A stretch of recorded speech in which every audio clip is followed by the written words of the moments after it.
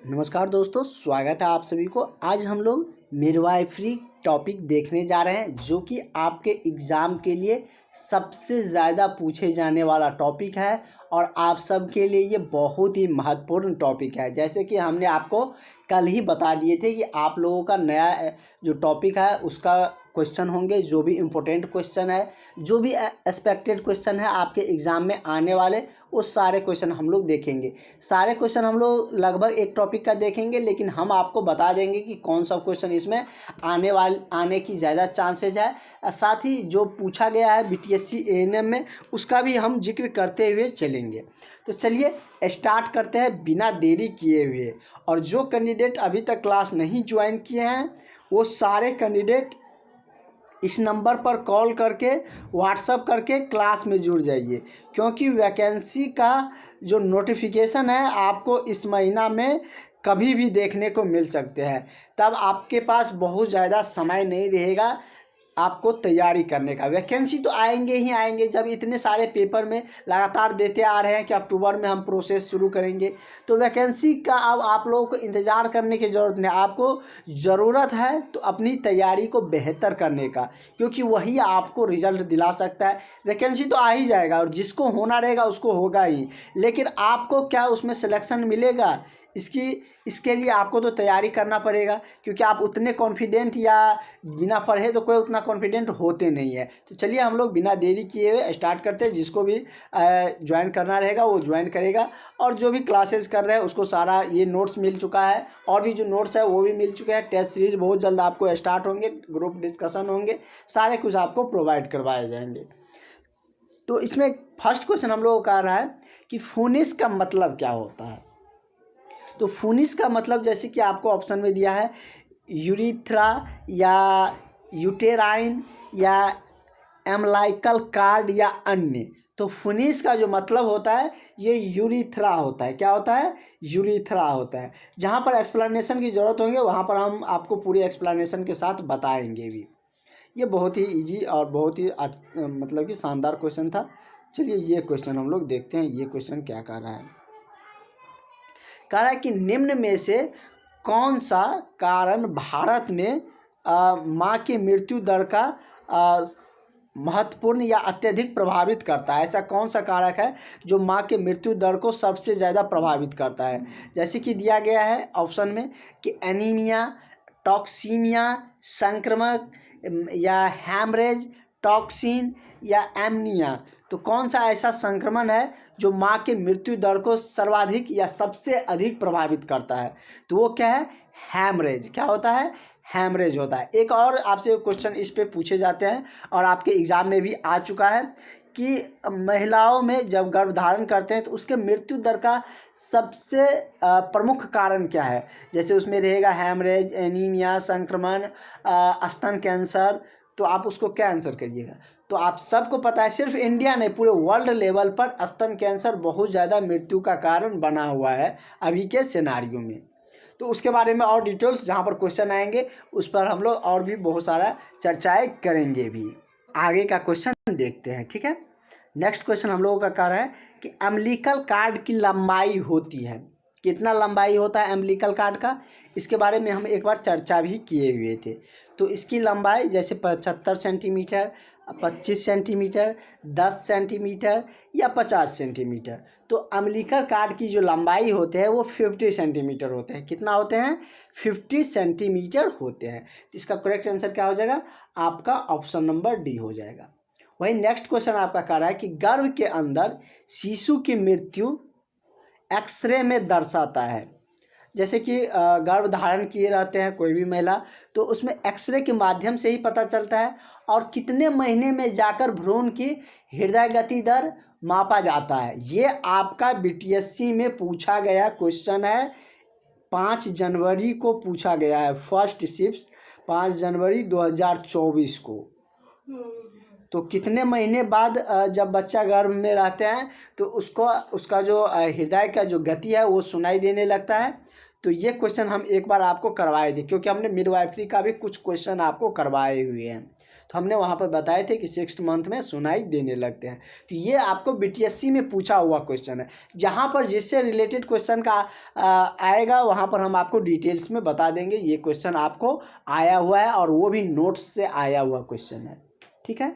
इसलिए हम आपको कहते हैं कि आप हमसे पढ़ के जाइएगा, आपके एग्ज़ाम निकालने की जो गारंटी है वो हम लेंगे, निश्चित रूप से आपका एग्ज़ाम निकलेगा। कह रहे हैं कि गर्भ के अंदर शिशु की मृत्यु एक्सरे में क्या दर्शाता है? मॉन्स्टर को या बुद्धि स्थिति को या हाइपरफ्लैक्शन ऑफ स्पाइन को या हाइड्रोसिफिलिक को? तो क्या चीज़ को मतलब कि इंडिकेट करता है? जैसे कोई चीज़ का इंडिकेशन होता है ना, जैसे क्या कि मतलब कि रोड पे आप जाते हैं तो वहाँ पर बहुत सारा रोड पे है या सड़क पे कहीं पर ऐसे आपको एरो का चिन्ह बना हुआ था, रेड कलर से लिखा रहता है, तो कुछ खतरा का निशान होता है। तो उसी तरीके से बहुत सारा इंडिकेशन होते हैं, जैसे कि और भी बहुत सारे होते हैं। जैसे कि रोड है तो इस तरीके से उसका इंडिकेशन है, पुल बना हुआ है तो ऐसे ऐसे रहता है। इस तरीके से बहुत सारा इंडिकेशन होता है, मतलब उसको सूचित किया जाता है। तो वही कह रहा है कि जब गर्भ के अंदर शिशु की मृत्यु हो जाता है तो वो एक्सरे में कैसे दर्शाता है? तो कैसे दर्शाया जाता है उसमें? तो हाइपरफ्लैक्शन ऑफ स्पाइन के जरिए। कैसे? तो हाइपरफ्लैक्शन ऑफ स्पाइन अगर एक्सरे में प्रदर्शित होता है तो पता चल जाता है कि शिशु की मृत्यु हो चुकी है गर्भ के अंदर ही, ठीक है। तो इसका करेक्ट आंसर क्या हो जाएगा आपका? तो ऑप्शन नंबर आपका सी हो जाएगा, ठीक है। और ये जो टॉपिक है ना आपके एग्ज़ाम के दृष्टि से बहुत ही महत्वपूर्ण टॉपिक है। इस टॉपिक से ही आपको ज़्यादातर क्वेश्चन, सबसे ज़्यादा यदि पूछे जाने वाला टॉपिक कहिएगा तो मिडवाइफरी है। थोड़ा सा इसको पढ़ने में इंटरेस्ट जगाइए, हम उतने आसान में उतने क्लियरिटी के साथ आपको समझाएंगे कि आपको रटने की ज़्यादा ज़रूरत नहीं पड़ेंगे। अभी बता रहे फिर कभी रिवाइज करवाएंगे, एक बार और थोड़ा क्वेश्चन हुआ था, तो इस तरीके से हम आपको रिपीटेशन भी करते रहेंगे कि आपको रटने की ज़्यादा ज़रूरत ना पड़े। जितना हम आपको क्लास में करवाए वो आपको सारे एग्ज़ाम तक माइंड में रहे, उस तरीके से हम आपको एक्सप्लेन करते हुए भी चलेंगे और पूरी समझाते हुए सारा ऑप्शन को, सारा क्वेश्चन को समझाते हुए भी आगे बढ़ेंगे।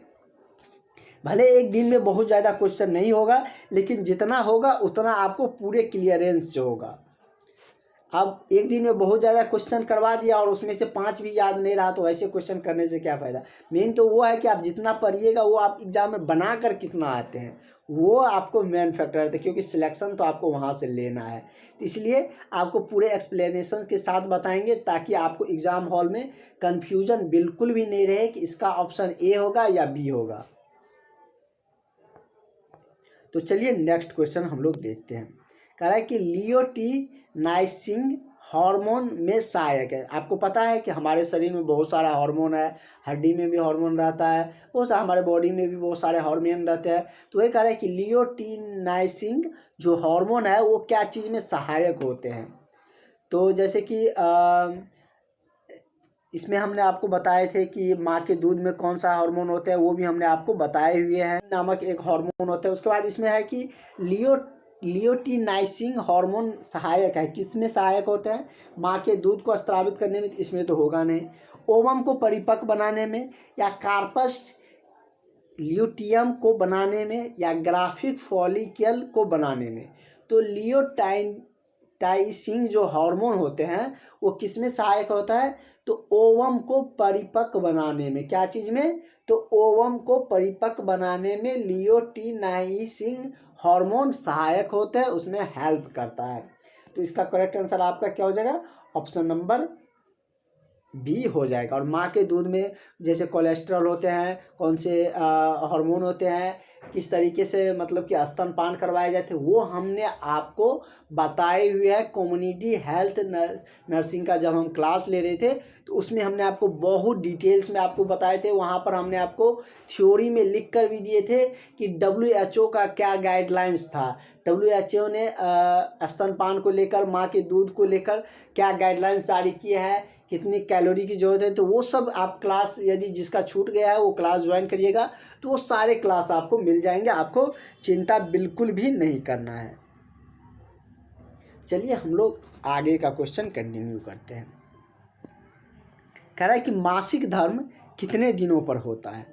ये आपको पता है कि सभी युवती में क्या होते हैं, मासिक धर्म होते हैं, लेकिन कितने दिनों पर होते हैं, जैसे ऑप्शन में दिया गया है। तो ये बहुत ही ईजी क्वेश्चन है, तो ये तो आपको पता ही होगा। जैसे कि इसमें 28 दिया है, 28 दिन, 3 से 5 दिन, 5 से 6, 30 दिन। तो एवरेज हम लोग मंथली मासिक धर्म माना जाता है, मंथली पे एक मंथ, तो मंथली को 28 दिन में काउंट करते हैं। अब आप लोग 28 दिन में जियो वाले महीना मत पकड़ लीजिएगा कि जियो वाला 28 दिन होता है तो सारा महीना 28 का ही होता है, मतलब एवरेज मान के चलते हैं 28 दिन, ठीक ना। तो मासिक धर्म जनरली कितने दिनों पर होते हैं, तो 28 दिनों पे, ठीक है। इससे बचाव मतलब कि इसको अच्छे से, मतलब कि कोई इन्फेक्शन ना हो, वो सारे क्या सब यूज करना चाहिए, वो सब हम आपको एक क्लास में पूरी डिटेल्स में बता देंगे। अगला है कि वाइनोविलर ट्विंस का विकास होता है। वाइनोविलर ट्विंस के बारे में हम जब आपको प्लेसेंटा वाला जो थ्योरी का क्लास ले रहे थे, तो वहाँ पर इसका फिगर भी दिखाए थे, वहाँ पर उसकी डिटेल्स बताए हुए भी, यहाँ पर भी हम आपको पूरी डिटेल्स में चर्चा करेंगे।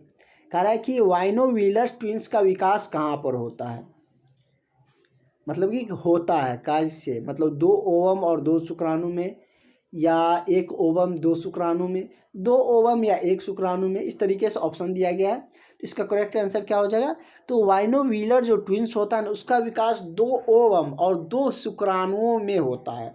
कहाँ पे होता है, तो 2 ओवम और 2 शुक्राणु में। तो इसका करेक्ट आंसर आपका क्या हो जाएगा, ऑप्शन नंबर आपका ए सही हो जाएगा। ईडीडी कह रहा है कि ईडीडी का तात्पर्य क्या है, तो चलिए इसके बारे में भी हम चर्चा करते हैं। ईडीडी के बारे में, इसका कि फुल फॉर्म भी आपको बताते हैं, साथ ही इससे क्या होते हैं इसके बारे में भी हम लोग जानते हैं पूरी डिटेल्स में। ईडीडी का फुल फॉर्म और इसका तात्पर्य आप लोग बहुत सारे कैंडिडेट जानते भी होंगे। ई से होता है एक्सपेक्टेड, क्या होता है, एक्सपेक्टेड।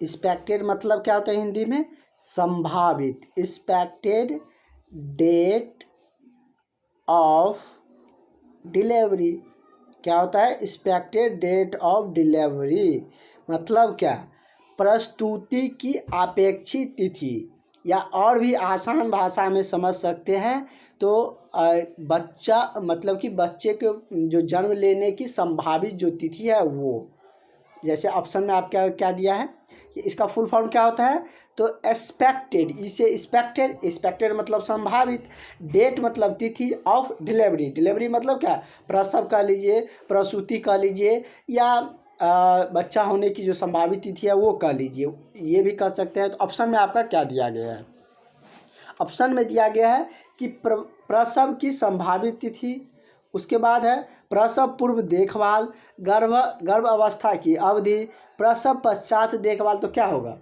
एक्सपेक्टेड डेट ऑफ क्या है, डिलीवरी मतलब क्या, प्रसव की संभावित तिथि।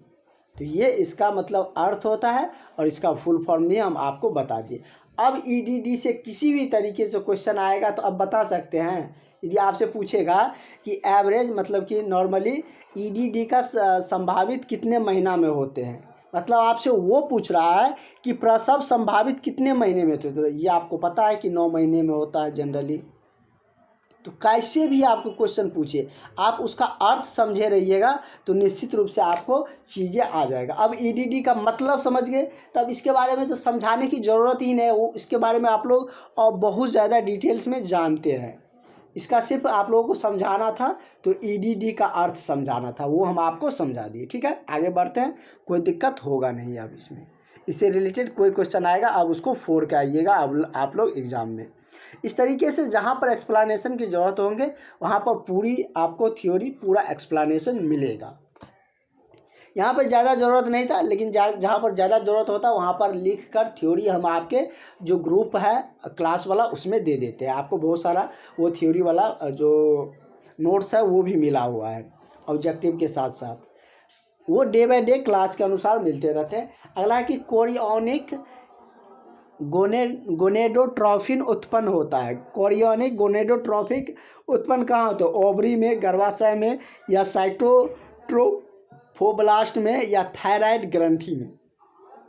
तो कोरियोनिक जो गोनेट्रॉफिन उत्पन्न होता है वो कहाँ होते हैं, तो ये आपका साइटोट्रोफोब्लास्ट में होता है।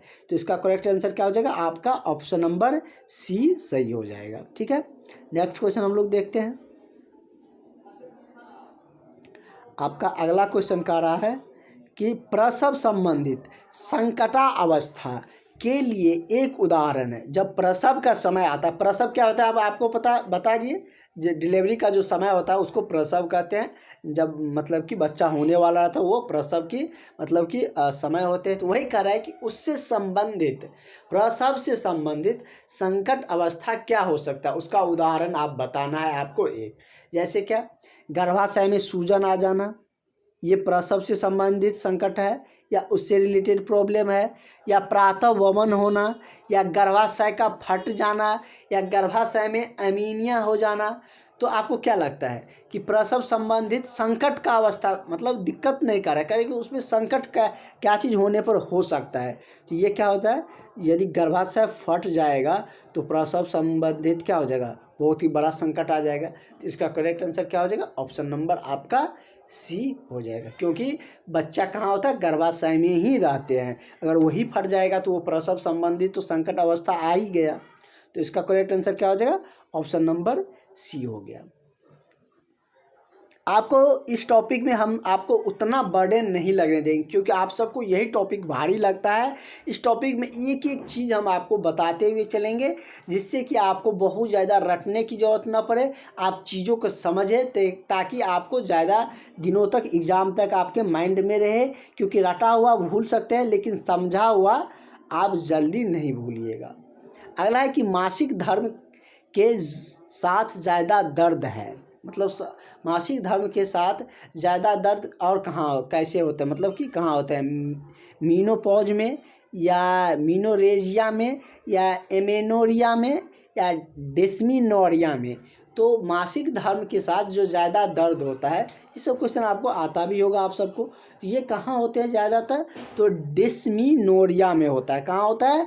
तो ज़्यादा दर्द मतलब कि मासिक धर्म के साथ डिस्मीनोरिया में ज़्यादा दर्द होते हैं। तो इसका करेक्ट आंसर क्या हो जाएगा? आपका ऑप्शन नंबर सी डी सही हो जाएगा। ठीक है, अगला क्वेश्चन है, ज़्यादा क्वेश्चन देखेंगे, होगा तो 25 क्वेश्चन हम लोग आज देखेंगे। अगला है कि सिफिलिस का कीटाणु, सिफिलिस का जो कीटाणु है वो कहाँ होते हैं? ई कोलाई में, या ट्रेपोनीमा पैलिडियम में, या विब्रोया में। तो कहाँ पर होते हैं? तो ये कीटाणु ट्रिपोनीमा पैलिडियम में होता है।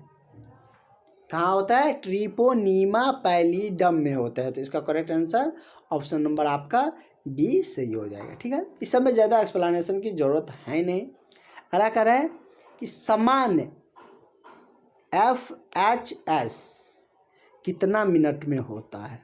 कह रहा है कि समान FHS कितना मिनट में होता है, मतलब कि कैसे होता है, कितना से कितना मिनट पर होता है, ये आपको बताना है। FSH के बारे में भी डिटेल्स में बता दें आप लोगों को। चलिए डिटेल्स में चर्चा करते हैं, थोड़ा क्वेश्चन कम ही होंगे लेकिन आपको समझाते हुए आगे बढ़ेंगे। ठीक है, तो FHS के बारे में हम लोग जानते हैं। तो पहले FHS के बारे में बता देते हैं कि FHS होता क्या है। FHS इसका प्रमुख जो कार्य है वो है बच्चों में यौन विकास एवं वयस्कों में प्रजनन क्षमता में महत्वपूर्ण भूमिका निभाती है। बच्चा में क्या, तो यौन का विकास करने में, और वयस्कों में क्या है, प्रजनन क्षमता का महत्वपूर्ण भूमिका निभाती है। साथ ही FHS मासिक चक्र को भी नियंत्रित करता है। क्या क्या कार्य है इसका? तो इसका लिखा हुआ नोट्स आपको मिल जाएगा। जो सब क्लास ज्वाइन किए हैं उसको वीडियो के साथ साथ वो नोट्स भी मिल जाएगा। FHS हो गया, इससे पहले भी हमने आपको एक क्वेश्चन और डिटेल्स में बताए थे, जैसे कि इससे पहला क्वेश्चन बताए थे ना कि आपको जैसे कि 9 नंबर क्वेश्चन में हम लोग देखे थे कि EDD के बारे में और FHS। तो ये दोनों का आपका नोट्स थ्योरी टर्म में मिल जाएगा। तो FHS क्या होता है? तो ये बच्चों में यौन विकास करता है एवं वयस्क में प्रजनन क्षमता को बढ़ाता है। प्रजनन मतलब कि बच्चों को जो जन्म देता है उस क्षमता को क्या करता है? बढ़ाने में महत्वपूर्ण भूमिका निभाती है। साथ ही मासिक धर्म को भी नियंत्रित FHS ही करता है। ठीक है, तो ये मतलब कह रहा है कि कितना से कितना पर मिनट होते हैं। तो इसका टाइमिंग की हम बात करें तो वो कितना होते हैं? तो 120 से 140 पर मिनट होते हैं। कितना? 120 से 140 पर मिनट। इसका करेक्ट आंसर क्या हो जाएगा? आपका ऑप्शन नंबर बी सही हो जाएगा। ठीक है, नेक्स्ट क्वेश्चन की तरफ बढ़ते हैं। अगला क्वेश्चन कर रहा है आपका कि 8वें सप्ताह से अधिक रक्त संवहन के कारण, 8वें सप्ताह से जो अधिक, यदि 8वें सप्ताह में जाकर अगर अधिक रक्त का संवहन हो गया तो उसके कारण योनि मार्ग के जो लैटरल फॉर्निसेस में बढ़ी हुई जो धड़कन महसूस की जा सकती है उसको क्या कहते हैं? जैसे कि ओसिएंडर चिन्ह या गुडेल्स चिन्ह या जैक्वियर चिन्ह या हाइगर चिन्ह। तो उसको किस चिन्ह के नाम से हम जानते हैं? तो उसे हम लोग ओसिएंडर चिन्ह के नाम से जानते हैं। क्या, कौन से नाम से? तो ओसिएंडर चिन्ह के नाम से जो बढ़ी हुई धड़कन महसूस की जाती है उसको ओसिएंडर चिन्ह के नाम से जानते हैं। ठीक है, तो करेक्ट आंसर आपका ऑप्शन नंबर ए सही हो जाएगा। नेक्स्ट है डिलीवरी की संभावित तिथि। EDD की गणना हेतु विकास रूल का यूज किया जाता है। EDD के बारे में बताएं हमको क्या होता है? एक्सपेक्टेड डेट ऑफ डिलीवरी, मतलब कि जो डिलीवरी की संभावित तिथि होती है वही यहाँ पर कह रहा है कि जो डिलीवरी की संभावित तिथि EDD की गणना हेतु, उसको मतलब काउंट करने हेतु रूल का यूज किया जाता है। किस रूल के अनुसार उसको गणना किया जाता है? जैसे कि कोई थ्योरी दिया होगा ना कि इस तरीके से उसको काउंट करना है, तब जाके पता चलेगा कि इस महीने में इतने तारीख को क्या होगा कि डिलीवरी होगी। कैसे डॉक्टर एग्जैक्ट बता देते हैं? तो वो किसी न किसी वो थ्योरी दिए है जिसके आधार पर EDD का रूल काम करता है। तो वही आपसे पूछ रहा है कि ये थ्योरी कौन दिया था, और ये हम आपको चिन्ह लगा देते हैं। बहुत ही महत्वपूर्ण क्वेश्चन है, आपके किसी न किसी शिफ्ट में ये क्वेश्चन पूछे जाएंगे। अगर EDD के बारे में डायरेक्ट पूछ लिया जाएगा तो आपके लिए बहुत ही ईजी हो जाएगा। और ये भी अब समझ लीजिएगा, अब ये भी ईजी हो जाएगा। EDD के बारे में समझ गए कि डिलीवरी की संभावित तिथि, उसकी गणना या उसका रूल का किस तरीके से यूज किया जाता है या किसके द्वारा दिया गया, इस तरीके से भी पूछा जा सकता है कि EDD की गणना के लिए जो रूल दिया गया है वो किसके द्वारा दिया गया है या किसके रूल को यूज किया जाता है। जैसे डॉन्स फार्मूला या MC डोनल्ड्स रूल या रूल्स ऑफ नेन, मतलब इनमें से कोई नहीं। तो किसके रूल पे प्रतिपादन किया जाता है या किसको रूल को फॉलो किया जाता है? तो न्यूगेल्स रूल को फॉलो किया जाता है। किसको? तो न्यूगेल्स रूल को फॉलो किया जाता है। इसका करेक्ट आंसर क्या हो जाएगा? ऑप्शन नंबर आपका C करेक्ट हो जाएगा। ठीक है, EDD को लेकर अब कोई आपको दिक्कत नहीं आएंगे। साथ ही FHS के बारे में भी पूरी डिटेल्स में बता दिए। इसका नोट्स भी आपको मिल जाएंगे, EDD का भी पूरा नोट्स मिल जाएगा, क्या होता है उसका अर्थ। चलिए नेक्स्ट क्वेश्चन हम लोग चलते हैं। अगला क्वेश्चन कह रहा है कि प्लेसेंटा के बारे में हमने बहुत डिटेल्स में बताए हुए हैं थ्योरी क्लास में कि प्लेसेंटा का बहुत सारा कार्य होता है। जैसे क्या करता है कि मतलब कि योनि के जांच प्लेसेंटा जो है वो गर्भाशय में क्या करता है? तो ऑक्सीजन पहुंचाने का भी कार्य करते हैं, पोषण तत्व भी पहुंचाने के कार्य करते हैं, नाभिक नाल से भी जोड़ने का कार्य करता है। उसका प्लेसेंटा का बहुत सारा फंक्शन है। जैसे जैसे क्वेश्चन आएंगे वैसे वैसे आपको सारे पता चलते जाएगा। वैसे हम आपको एक क्लास में पूरी 20 मिनट प्लेसेंटा के बारे में ही समझाए हैं। एक जो थ्योरी का प्लेसेंटा का क्लास लिए थे वहाँ पर। कह रहा प्लेसेंटा प्रीविया में योनि की जांच नहीं करने का कारण क्या होता है? जब प्लेसेंटा प्रीविया में योनि की जांच नहीं किया जाता है वो उसका क्या रीज़न है? इन्फेक्शन के चलते या रक्त स्त्राव या थकावट के चलते या प्रीसिटेट लेबर के कारण। तो किस कारण से प्लेसेंटा प्रीविया में योनि की जांच नहीं की जाती है? तो ये मुख्य इसका रीज़न है रक्त स्त्राव के कारण ही प्लेसेंटा प्रीविया में योनि की जांच नहीं किया जाता है। उस समय अगर रक्त का ज़्यादा स्त्राव होता है, इस कारण से उसका जांच नहीं किया जाता है। ठीक है, प्रमुख कारण उसका यही है। तो करेक्ट आंसर आपका क्या हो जाएगा? ऑप्शन नंबर आपका बी सही हो जाएगा। ठीक है, नेक्स्ट क्वेश्चन पे हम लोग चलते हैं। कह रहे माँ का दूध बढ़ाने के लिए जैसे क्या कि जब बच्चा जन्म लेता है तो माँ बच्चों को स्तनपान कराती है। स्तनपान को लेकर हमने बहुत डिटेल्स में चर्चा किए हैं। तो वही कह रहा है कि माँ का जो दूध बढ़ाने के लिए, अब कभी कभी सुनते होंगे कि किसी माँ को दूध थोड़ा कम आता है और बच्चे को तो उतना दूध चाहिए, मतलब कि उसको पोषण तत्व के लिए, और सबसे ज़्यादा मतलब कि जो बॉडी के जितने भी प्रोटीन कह लीजिए या जितने भी चीज़ों की ज़रूरत होती है वो माँ के दूध से ही, जितना कैलोरी मिलता है वो माँ के दूध से ही मिलते हैं जब बच्चा आता है। तो इसलिए माँ का दूध बहुत ज़्यादा ज़रूरी हो जाता है। यदि कम दूध आता है माँ को तो उस समय आप लोग जब जॉब पे जाइएगा तो कौन सा मेडिसिन सजेस्ट करिएगा, डॉक्टर लिखेंगे या कुछ दिन आपका एक्सपीरियंस जब आपका हो जाएगा तो आप ही को वो सब बताना होगा। तो इसमें जैसे क्या दिया गया है, प्रोमोक्रिप्टाइन या मेटोक्लोप्राइड्स या ऑक्सीटोसिन या मेथर्जीन, तो कौन सा दिया जाता है? तो क्या होगा कि माँ के जो दूध को बढ़ाने के लिए जो दवा दिया जाता है वो कौन से मेडिसिन दिए जाते हैं? तो उसमें क्या दिया जाता है? यार, तो इसका करेक्ट आंसर क्या हो जाएगा? इसका करेक्ट आंसर आपका बी हो जाएगा, मेटोक्लोपैरामाइड्स। तो इसका जो दूध बढ़ाने के लिए जो दवा दिया जाता है वो कौन सी दवा दिया जाता है? तो मेटोक्लोपैरामाइड दिया जाता है, जो कि ये दूध बढ़ाने का कार्य करता है। तो आज की क्लास को हम यहीं पे स्टॉप रखते हैं। कल से हम लोग इससे आगे का क्वेश्चन कंटिन्यू रखेंगे और सारा आपका नोट्स सारा कुछ आपको मिल जाएगा।